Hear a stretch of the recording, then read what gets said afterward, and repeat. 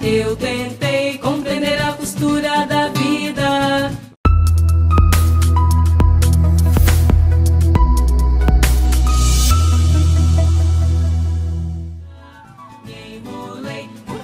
Ô Tina, conta pra gente qual foi o processo criativo que mais te marcou. Então, são vários processos, né? Aí é até meio difícil assim, pra eleger um. Mas, até porque eles marcam por motivos diferentes, né? De maneiras diferentes. E aí lá no começo tinham alguns motivos, né? Eu me via com algumas questões, assim, justamente pela falta de experiência, mas hoje, acho que já com um pouquinho mais de caminhada, tem alguns que são por outros motivos, né? Então eu poderia colocar dois, assim, que marcaram por motivos diferentes, e é interessante isso, que são Madame Satã e Quase Ilhas. Madame Satã de Tiago Romero e Quase Ilhas de Diego Pinheiro. Em Madame, Guilherme estava comigo, né? Então ele acompanhou no figurino, né? Ele acompanhou esse processo. E aí a gente teve um desafio muito grande, porque Tiago tinha uma coisa do conceito e também das ideias dele de criação que iam muito no sentido da noção da escola de samba, né? E daquela alegoria e daquela apoteose toda. E aí tinha um elenco relativamente grande e tinha muitas trocas, né? Então era uma coisa muito dinâmica, eram trocas rápidas. Tinha uma alegoria, então não era um figurino muito simples, né? E perpassava por diversas complexidades de personagens. Então você tinha desde Carmen Miranda, a dançarina de cabaré, malandro, né? A maracatu, teve uma coisa do caboclo do maracatu, que a gente entrou numa pesquisa sobre isso e tal. Então transitava muito. E sempre a gente tem, né, essa questão do ainda não temos condições ideais, então tem o tempo, tem a grana e tal, então era tudo muito desafiador. E aí é interessante de ver também, assim, todo o processo que foi corrido, foi muito intenso, mas também muito... trouxe uma recompensa, assim, no final, quando a gente viu aquilo tudo, né? Quando a gente viu tudo funcionando, tudo se encaixando, então como foi interessante perceber esse processo. E Quase Ilhas também, de Diego, já para mim foi desafiador num outro sentido, né? Porque era mais conceitual. Foi um figurino que eu tive bastante tempo para fazer, talvez o que eu mais tive tempo.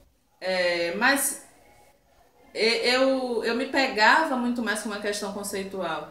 E nessa parceria com o Diego, que também é um grande amigo, Diego, Laís, o elenco também, dialoguei muito com eles, né? Então vieram questões interessantes a partir do diálogo com o elenco,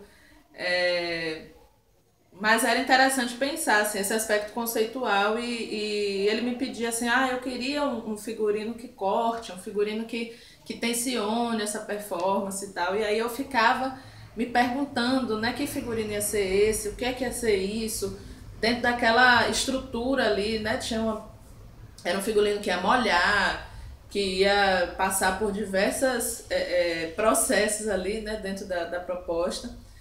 E aí eu cheguei numas peças que se transformavam, né? Então elas a partir de cortes, a partir de zíper, né, de dobraduras, de amarrações, elas iam se transformando em outras peças. Então é uma calça que vira macacão, que vira saia, que vira um monte de coisa. E aí trazia possibilidades também que eles foram descobrindo, né? Então a gente teve a possibilidade também de entregar esse figurino antes, com uma certa folga, né, da estreia, justamente porque a ideia era que eles experimentassem isso, né? Esses ajustes, essas transformações. E aí foi muito interessante nesse sentido, justamente por conta desse tempo, né? Eu tive um tempo mais folgado e isso dá também pra gente um respiro, assim, até de experimentar algo.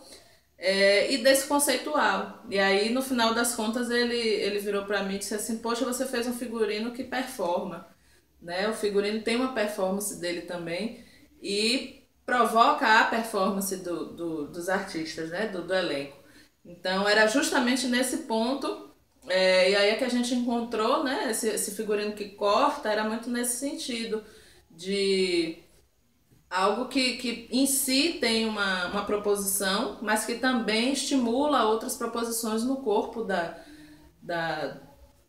do artista, né, que está fazendo a performance. Então foram dois processos assim que eu tenho um carinho muito grande e que eu fiquei muito feliz com o processo e com o resultado. Há vários outros, né, mas assim são dois que por motivos diferentes eu pontuo.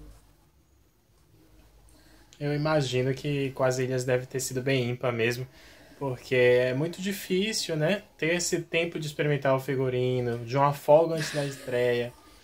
É algo quase que inédito, né, no fazer da cena teatral. A gente quase não tem esse tempo, né, de maturar, de amadurecer esse figurino. Mas é isso, Tina, nós estamos muito felizes de receber você aqui no Tramas da Cena. Muito obrigado, viu? Obrigado mesmo. Bom, gente, eu queria agradecer a vocês pela troca, né, pelo espaço. É sempre bom a gente poder dialogar, né, entre nós e também trocar essa ideia com o público, né, com as pessoas que têm contato com isso tudo que a gente produz. Então, obrigada pelo convite e vamos nessa. Que massa. A gente está finalizando e queria agradecer muito a sua participação. Foi muito bacana. Eu me emocionei com a sua fala, falando sobre sua mãe. Passou um filme na minha cabeça. Muito obrigado por esse momento, viu? A gente vai ficando por aqui.